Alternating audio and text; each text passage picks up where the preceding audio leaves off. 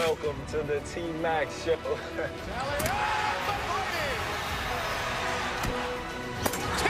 to the rack. Oh, Tracy McGrady. Right low position. Scores. McGrady to the rim. Oh, the lob to McGrady. There he is. Our next guest was a 7-time All-Star, led the league in scoring 2 times, and will be on the ballot for the Basketball Hall of Fame class of 2017. We welcome in Tracy McGrady, who will join Michelle Beadle, Chauncey Billups, and Jalen Rose on NBA Countdown, which debuts tomorrow at 7 p.m. Eastern on ESPN. Tracy, appreciate you being with us. Thank you, Molly. All right, let's get right into it. We know the old saying, if you can't beat them, join them. That's what Kevin Durant did, joining a Warriors team. That, huh? Right? You know it. That won an NBA record 73 games. Tracy, are super teams good for the NBA? No, not at all. I like parity. I like competition. I like for the superstars to be spread out and going against each other. And let me say this before I get into it, is a lot of these guys think, you know, when you're done playing in the league and you come on here and be an NBA analyst, they think when you criticize or have some sort of opinion that they don't agree with the opposition, they think that we're hating on them. This is not the case. You know, we're just voicing our opinion and giving, you know, answers that we feel that we're suitable to.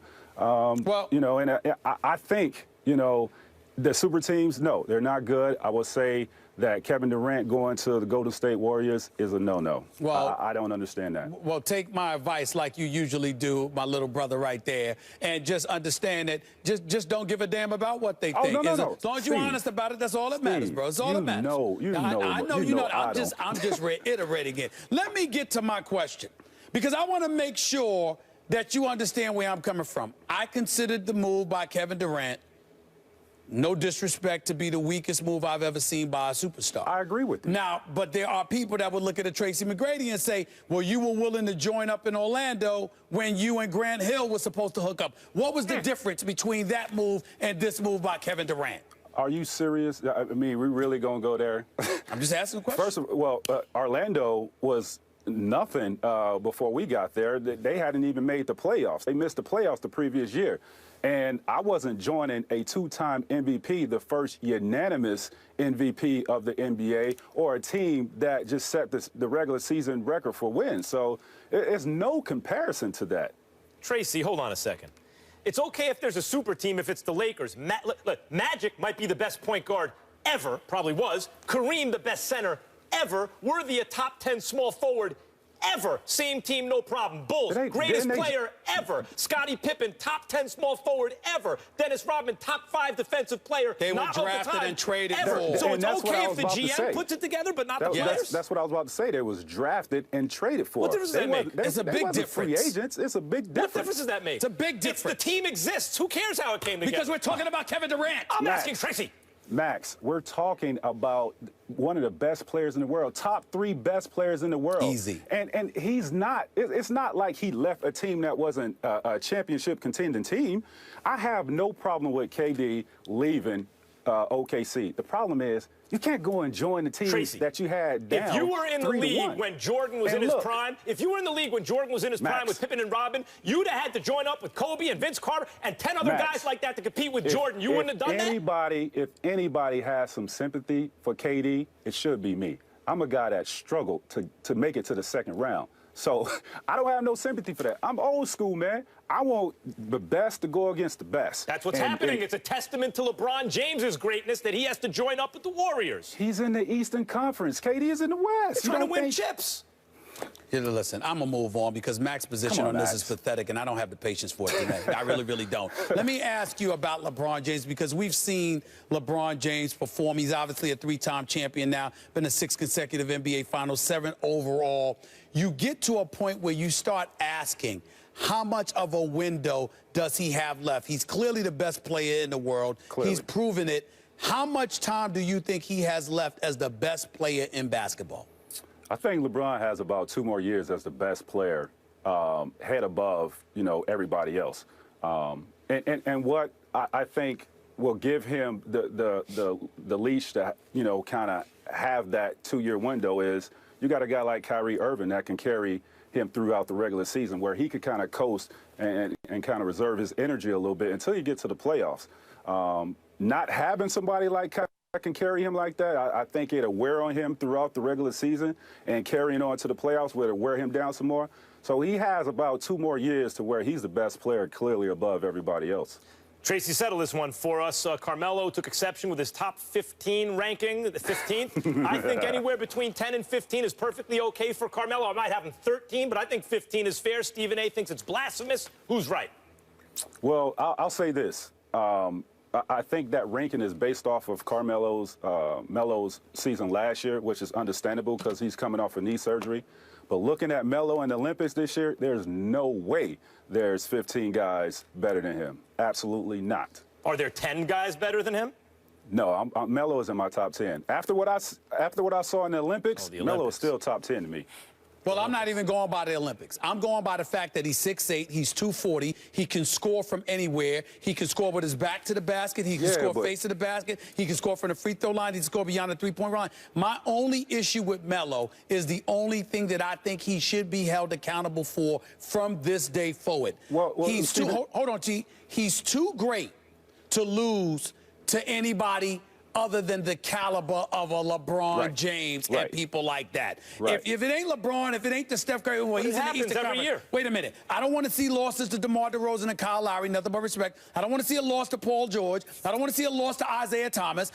See a loss to Serge Ibaka and whoever the hell else they have in Orlando, or to Dwight Howard and whoever the hell else they have, or Daniel Schrader or whatever. In Atlanta. I want to hear that. Schroeder, I'm sorry. I don't want to hear that. I want Melo, if you're going to go down swinging to LeBron, because I covered a guy by the name of Allen Iverson. Defensively, those names were worthy of mentioning. But offensively, I don't even want to bring the names up. It was Allen Iverson and everybody else, and he carried the team on his back to the NBA Finals. Melo, to me, should not let anyone other than LeBron get in his way. To that, you say what?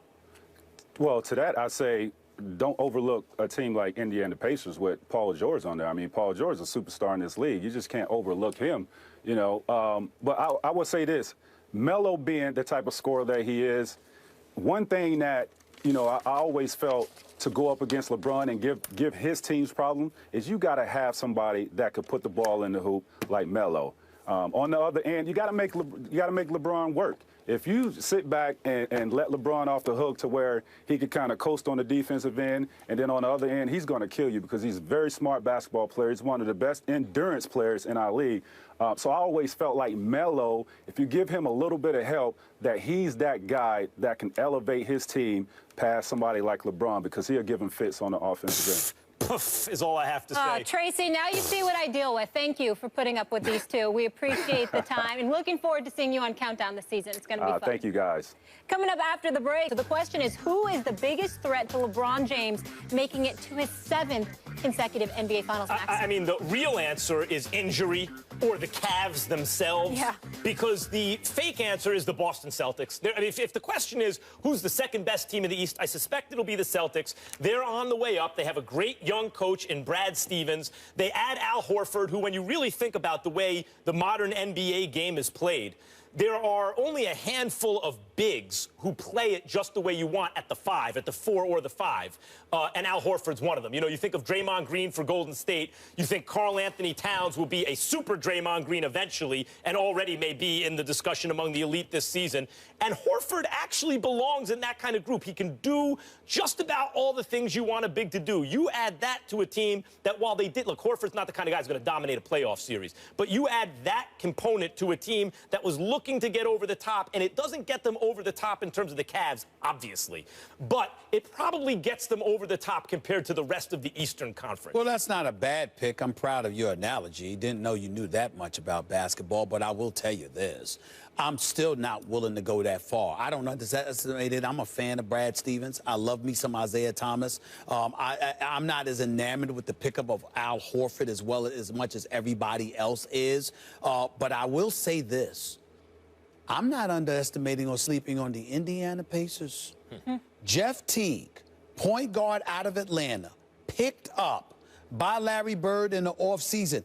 That's a huge acquisition because, listen, we all like George Hill and what have you and what he brought to the table because he had a lot of guts. He could hit big shots and whatever. But he wasn't your quintessential prototypical point guard. Jeff Teague has proven to be a quality point guard in this league. He desperately wanted out of Atlanta. He got what he wanted.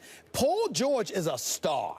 And remember that last year, even after averaging 23 points a game, he was coming off that nasty injury. Now he's got a year under his belt, plus he participated in an Olympic competition. He'll be ready to go, okay? Listen, I look at all of those things, and I look at Miles Turner, who's shown promise as well. I look at CJ. I think about him. I think of what he brings to the table, CJ Miles. I'm just saying, Paul George, that backcourt, that experience with the new coach, Nate McMillan, now in play as well. I think all of those things bode well for Indiana.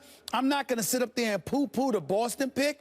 I'm not going to sleep on my Knicks because I'm hoping they will show up. But I will tell you that in this day and age, in this game, when you are locked in with a damn good backcourt that can produce for you on both ends of the floor, I don't underestimate the impact of that. Isaiah Thomas in Boston, you still have an identity issue with the Boston Celtics when they start him as a point because he's really better off the ball than he is on the ball in a lot of people's eyes. I disagree with that. What I'm just saying, in a lot of aficionados' eyes, he is better off the ball. They play with him shooting as opposed to running the show. They play better that way. But Jeff Teague, no one questions what he is as a point guard. I can't knock that. I agree. I was surprised at how easy it was for them to pick up Teague. But I want to say something about Isaiah Thomas because it pertains to my Boston pick. Isaiah Thomas has always been underrated. He's signed right now to a deal under $7 million a year, which was insane when the Suns stole him for that money. He's an excellent offensive player who's an underrated decision maker with the ball. I want to say that.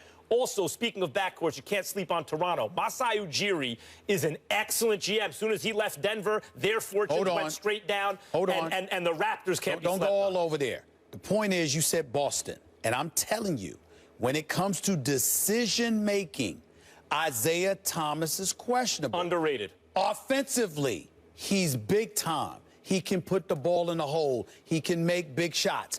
Decision-making, even the Boston Celtics concede. At times, it's problematic with him and Avery Bradley in the lineup. That's a fact.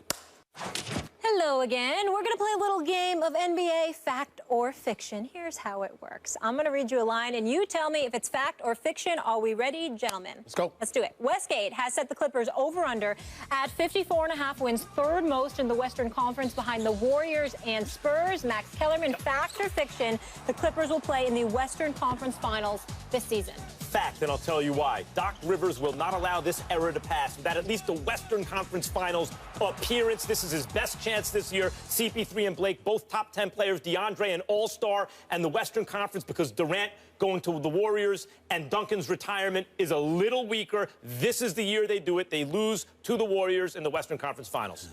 As much as I hope you're right, I'm going to call it fiction because I have to see it to believe it. Blake Griffin, this has got to be his year. Him and Chris Paul can opt out and be unrestricted free agents this summer. They certainly will be motivated to prove themselves. DeAndre Jordan has to hit free throws. And even though you've got a lot of guards, Raymond Felton is there now, the backup of Chris Paul. Austin Rivers is still there. Mba and Butte, he's going to be there. Him and Rivers are defensive guys that struggle offensively from time to time. I'm not sure about that. I look at the Spurs acquiring Pau Gasol, who's a better version of what Tim Duncan was last year, along with David Lee, who can do some things as well, keeping the rest of the nucleus in place with Kawhi Leonard and LaMarcus Aldridge. I'm going to say the Spurs. I'm going to give them the edge to meet Golden State in the conference finals rather than the Clippers right now. Spurs still vulnerable to young athletic teams we saw last year. All right, let's talk about your Knicks, gentlemen. With the additions of Derrick Rose and Joakim Noah, Westgate set the over-under wins for the Knicks at 40.5, which is 9th best in the East. Fact or fiction, the Knicks will win a playoff series this year. Stephen A. I'm going to say fact. I'm going to go with it because I'm putting the pressure on Carmelo Anthony to deliver the goods. He is a superstar offensive player in this game when he is healthy. You've got Kristaps Porzingis, who's a 7'1" scorer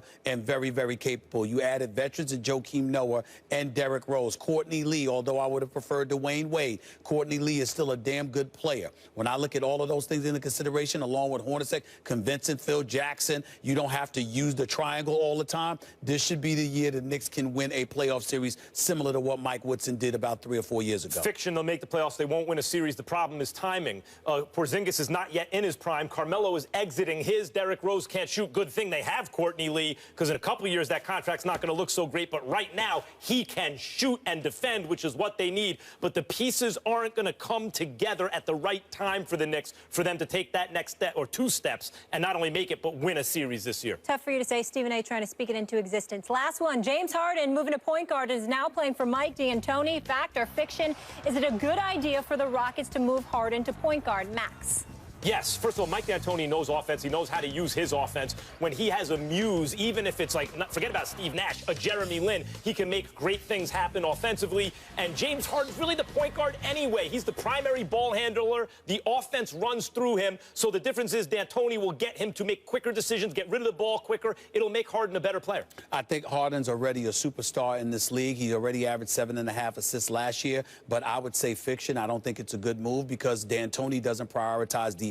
He's going to prioritize more offense. And I think that in Houston, with James Harden being the man, as opposed to what he was in Oklahoma City beforehand, I think he's addicted to having the ball and shooting when he wants, and that's never, ever good for a point guard. I do not believe that would be to his benefit. Point guard, that role has changed over the years. Many more penetrating, scoring first point guards nowadays. I think Harden fits. I'm just saying I think that Harden's going to shoot more than he'll ever pass. That's all I'm saying. Well, he does that now. Yeah, exactly. That's my point. Oh, D'Antoni, D'Antoni thinks that'll make the offense better. And what is that? How's that work for D'Antoni? Offensively, very well. Welcome to my life. That'll do it for us, people. Make sure to catch First Take Monday through Friday, 10 a.m. Eastern on ESPN2. Appreciate you hanging with us. Have a great night.